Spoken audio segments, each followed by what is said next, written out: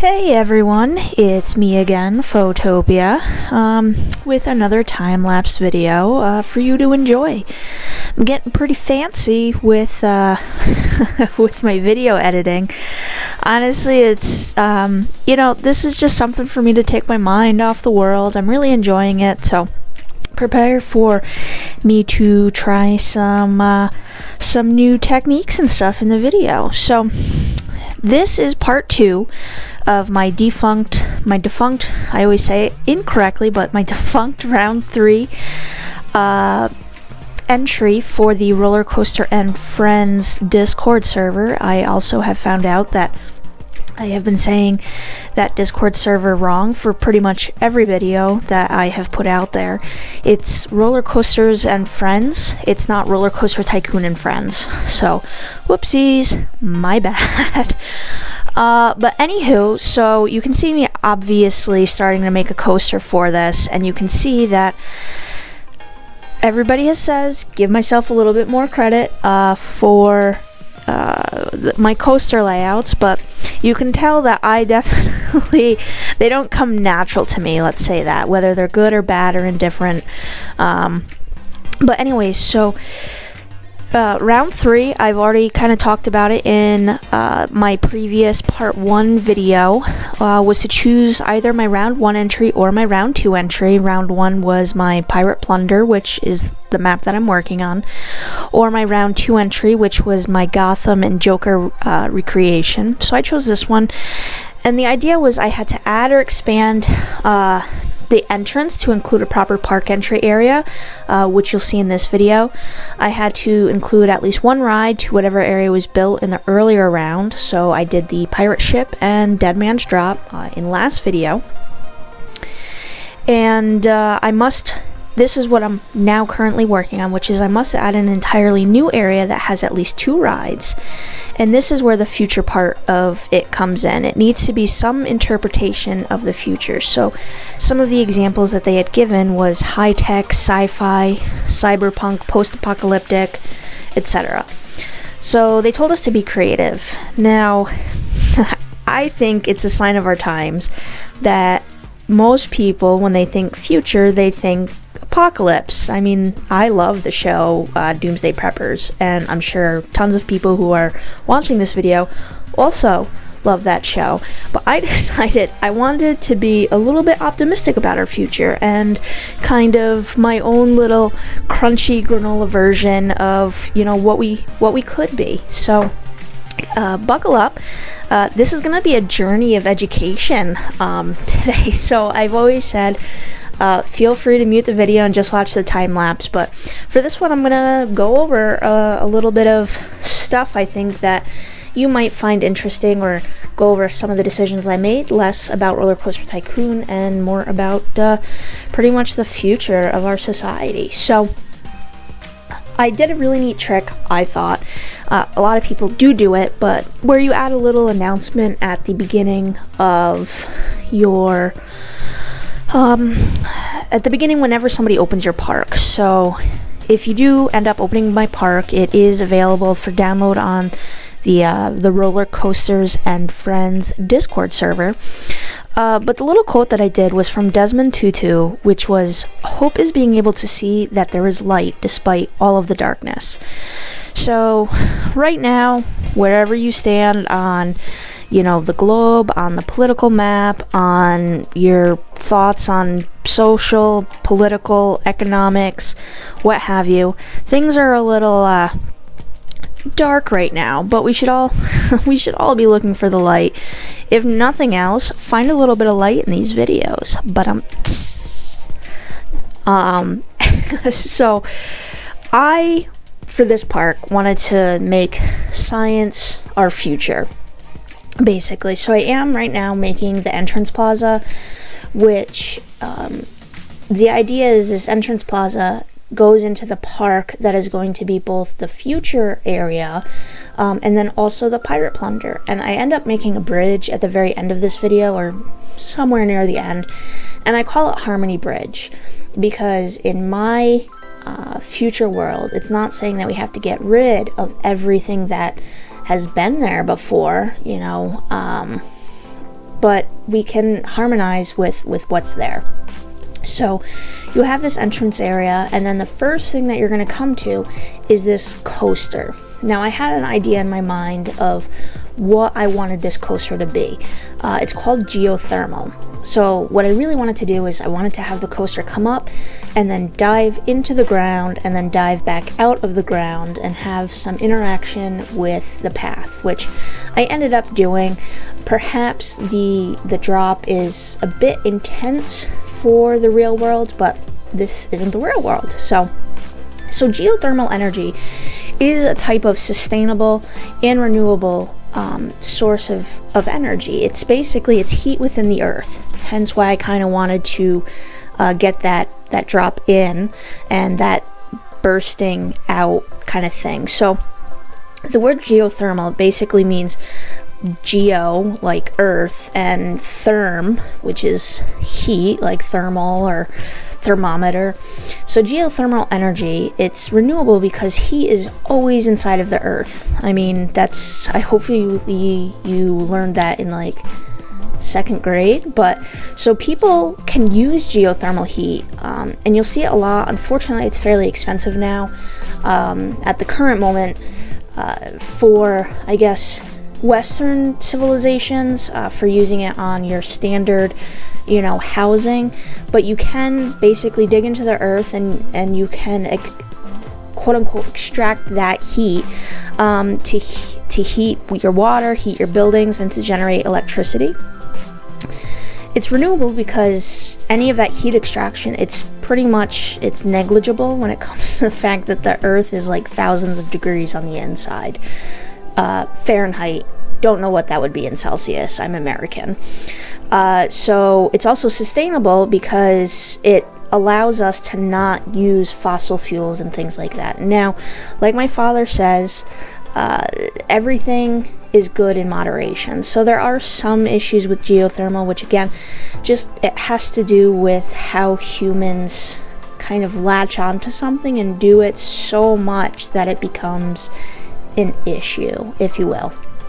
So now there are places in society that use geothermal heat for bathing and for heating. When you see kind of some of the primitive way to build things. So that was my very first attempt. That's how I knew that I was going to do that roller coaster for this build. So the next thing that I knew I wanted to do is I wanted to do solar power, because that's what most people think about when they're thinking of renewable energy. At least where I live, that's where a lot of people think, solar power and wind towers, strictly because I live in kind of a more rural area. So a lot of industry is coming up to the rural area and kind of putting down these solar farms. So solar farms and wind farms. But anyway, so you'll see I'll end up doing on a lot of my buildings these things that look like solar panels. So solar power is basically, it's energy that's generated from the sun in the form of electric or thermal. So the most common way that it is captured is they're called photovoltaic solar panels or photovoltaic cells. I had to actually look this part up, but apparently it's a silicon that absorbs the solar radiation. So when the sun's rays interact within the silicon cell, the electrons begin to move and it creates a flow of electric current. So then those wires that are fed through the panels, they capture and feed this direct current electricity to a solar inverter to convert it to alternate current or AC electricity. Now that last part I had to look up because I'm not a techie, but so that is the solar power part of my build. Right now, I'm actually working on probably my least environmentally friendly part of the park, which is surprising because when most people think of maglev trains, they think, wow, that's like super sustainable, super renewable. When in fact, it's actually not. Maglev, which stands for magnetic levitation, it's when they use magnets. One set repels and pushes the train up off of the track, so it's kind of like floating there. Then you have another set of magnets that moves the train ahead, so it again repels it but forward, and it can move forward easily like that because of the lack of friction. So this energy, this magnetic energy, is used to accelerate the train. You can regain some of that energy through regenerative braking, which basically means when it is braking, that friction becomes its own source of power. However, at low speeds, the power used for levitation actually can consume more power than like a subway or a light rail service. It's kind of like when you, especially in newer cars, it's actually better to idle your car than it is to turn it on, turn it off, turn it on, turn it off.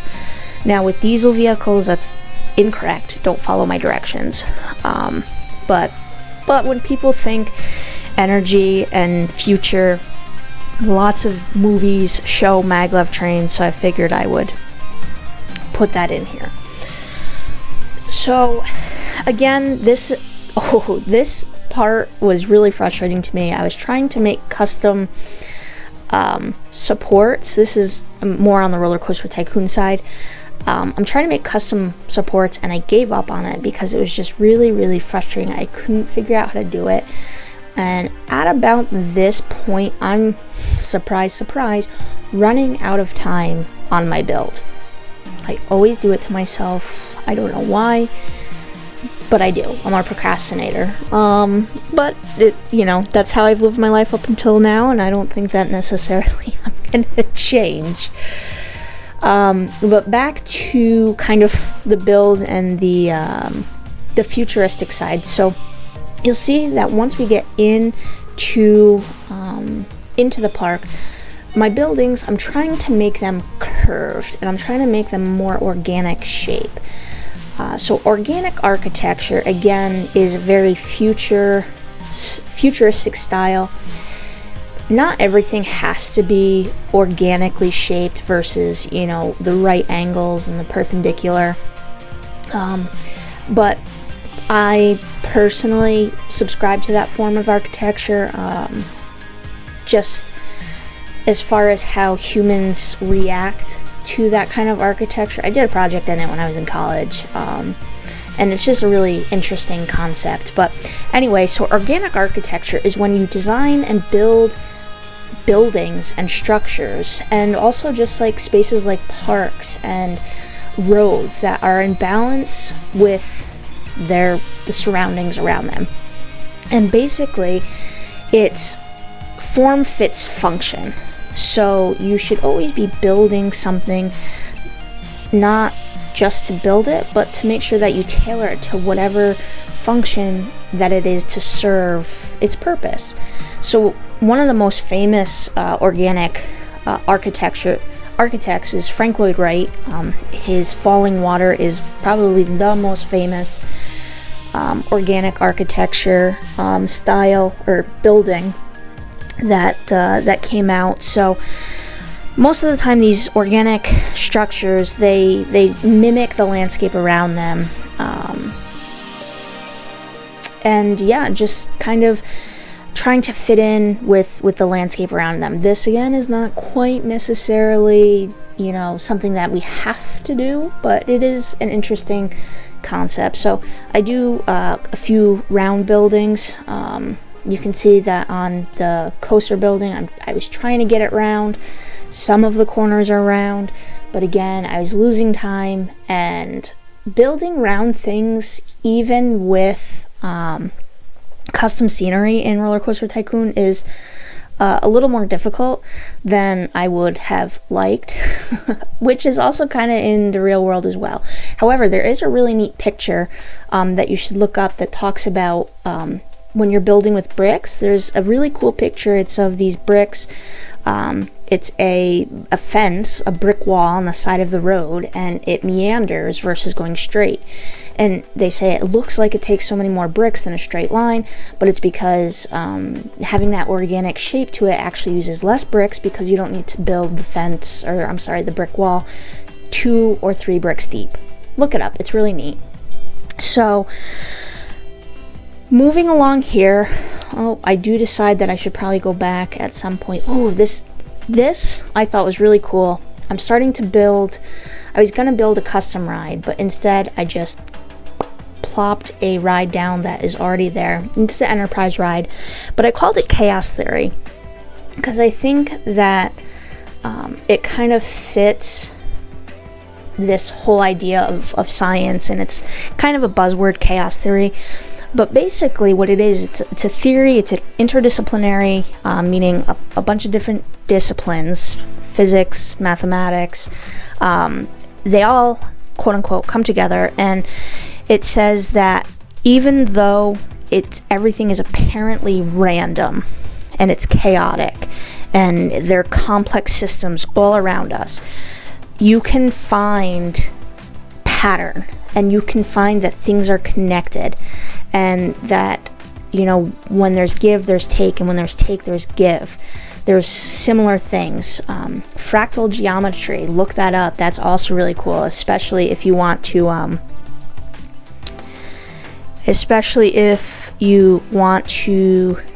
be relaxed. Look it up on YouTube, and basically fractals are just patterns that never cease to end. It's kind of like a shoreline. If you're looking at a map of the US or Europe or what have you, the more zoomed in you get, the more there is to that shoreline versus kind of the straight lines that you see from, you know, a satellite 7 miles in the air. So anyways, so chaos theory is kind of the opposite of what you'd think it would be. Chaos theory says that even though the world around us is chaotic, there is repetition, and there is an interconnectedness. So I thought it really fit into this because you know, we're all connected at some point. I've really enjoyed being on Roller Coaster Tycoon because I've met people from all over the world, mostly Europe, but you know, and it's really neat to see how people can come together in a community, and it's a really, really great community. I'm going to do a little promotion here. I know of communities, gaming communities, where people are just like awful to each other, but in this kind of community, people are actually very, very awesome to each other, and they help each other out, and I've learned so much while I've been doing it. So I think that our future does look bright, no matter kind of what situation we're in or where we're going with things. So this is my chaos theory getting built. A nice little trick for that you saw is I just put some corrupt elements under the corners of that pre-built ride so you don't get that mulchy look on the bottom. I'm really jumping around, guys, between talking about real life scientific stuff and Roller Coaster Tycoon stuff. It's just, this is the kind of stuff that excites me. My name is Photopia, which is a play off of Utopia, which is a play off of Latin. It could be good place, it could be no place.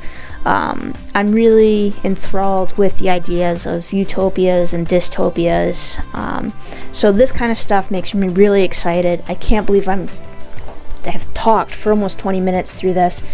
In the future, I probably won't be talking for 20 minutes. It's just this kind of stuff really makes me excited. So with a drum roll, I'm not actually going to do a drum roll, but I was running out of time. You can see I black tiled some stuff. That ocean over there leaves a lot to be desired. But I ended up having to submit this after, I still have to do my work on Dead Man's Drop. I needed to finish that. So anyway, so I submit this against 4 other awesome people. One person unfortunately couldn't finish it, so it ended up being between 4 people, and they were awesome builders, and I was happily surprised that I ended up winning first place in my first defunct competition, and it was pretty cool. Maybe there is some hope for the future, some optimism. I'm going to take that as a good sign that our future is bright if we commit to making it so, and if we put a little bit of work into, you know, positivity. So thanks again, everybody, for watching so much. I really hope that you enjoyed this video. Like I said in past videos, is even if I just for 20 minutes of your life, something in the background or something to just kind of watch and meditate to, I'm glad that you liked it. So would love if you could like and subscribe. It does help me out, and I do have some more videos in production. It is October. This video actually should have been out like in August, I think, but I've said it once, I've said it again, don't ever try to move, like sell a house and buy a house in a worldwide pandemic. So anyways, I'm gonna stop rambling. I hope everybody who's watching this video has a phenomenal day, and thanks again. Bye guys.